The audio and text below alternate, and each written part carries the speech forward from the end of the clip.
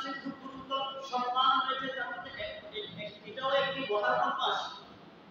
আর এই মাসকে হাদিস শরীফে রাসূল করিম সাল্লাল্লাহু আলাইহি ওয়াসাল্লাম বলেছেন এটা হলো আল্লাহর মাস। এটা কার মাস? আবু হুরায়রা রাদিয়াল্লাহু তাআলা আনহু মুসলিম শরীফের 1163 নম্বর হাদিস, রাসূল করিম সাল্লাল্লাহু আলাইহি ওয়াসাল্লাম বলেছেন আফদালুস সিয়াম বা'দা রমাদান শাহরুল্লাহিল মুহাররম।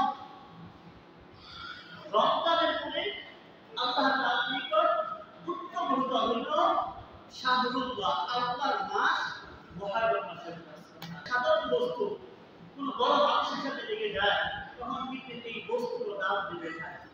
যদি বলি এই জায়গাটা কার বা এই জিনিসটা কার, যদি বলি এলাকার চেয়ারম্যান সাহেব, তখন কিন্তু এটার মূল্যায়ন একটা আলাদা, তাই না? আর যদি বলি